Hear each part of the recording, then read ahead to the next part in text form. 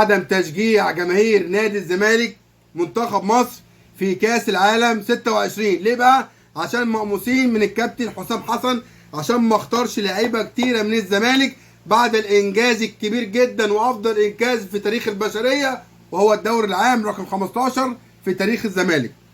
طيب دلوقتي جماهير الزمالك زعلانه ان ما خدش لعيبه كتيره. طيب مين اللي تألق في نادي الزمالك السنه دي وكان واضح قوي؟ بزيرة وعدي الدباغ، ده فلسطيني وده برازيلي. راجل لما اتجنسوهم بقى ودوهم منتخب، ساعتها لهم على حسام حسن ان هو ما خدهمش. طيب مين تألق تاني السنه دي في الزمالك؟ المهدي سليمان راح المنتخب، فتوح راح المنتخب، حسام عبد المجيد راح المنتخب.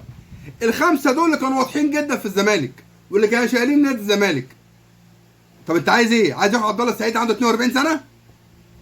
ليه الزمالك او جماهير الزمالك زعلانه؟ طيب نيجي للناحيه الثانيه، زعلانين ان خد من الاهلي المركز الثالث 8 9 لعيبه. طب ما يا جماعه ده الطبيعي، يعني انت بتكذب الكذبه وتصدقها.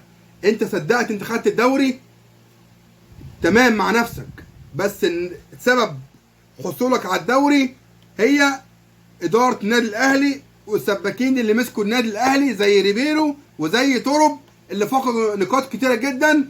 لو الاهلي ما كانش فاقد النقاط دي الاهلي كان هيفرق بكتير. الاهلي في اسوأ حالاته وكان معاه كتف بكتف لاخر مواجهه، واخر مواجهه كان ممكن الاهلي ياخد دوري برضه رغم كل العبث اللي كان فيه السنه دي الاهلي. طيب النقطه اللي بعد كده، المواجهات المباشره بين الاهلي والزمالك. الاهلي لعب الزمالك 3 مرات، كل مره بيحط على نادي الزمالك وجاب 7 اهداف ودخل مرماه هدف وحيد. وكانت اسهل مواجهات الاهلي السنه دي هي مع نادي الزمالك، يعني مفيش فروقات. نخش للنقطه اللي بعد كده، القيمه التسويقيه للاهلي والقيمه التسويقيه للزمالك. القيمه التسويقيه للاهلي اكبر قيمه تسويقيه في افريقيا 38 مليون يورو، والزمالك طبعا معروف القيمه التسويقيه بتاعتهم قد ايه، معظمهم لعيبه شباب.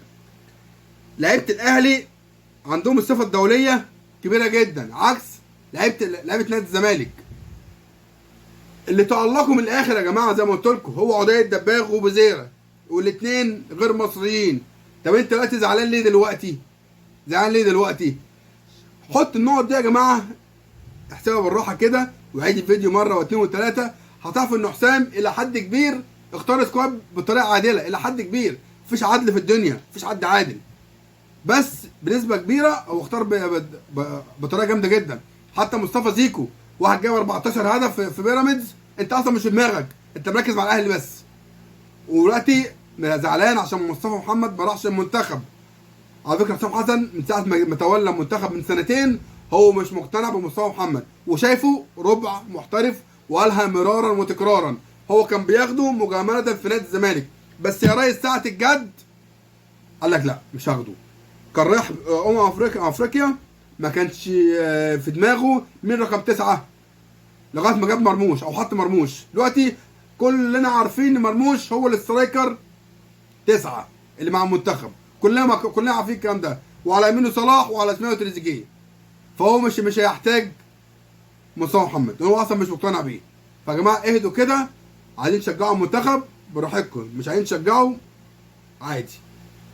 ان شاء الله يا جماعه كل الدعم وكل التوفيق لمنتخبنا الوطني، باذن الله باذن الله يقدر يعمل حاجه ويصعد من دور 48 اللي لازم نصعد منه، ما فيهاش كلام يعني.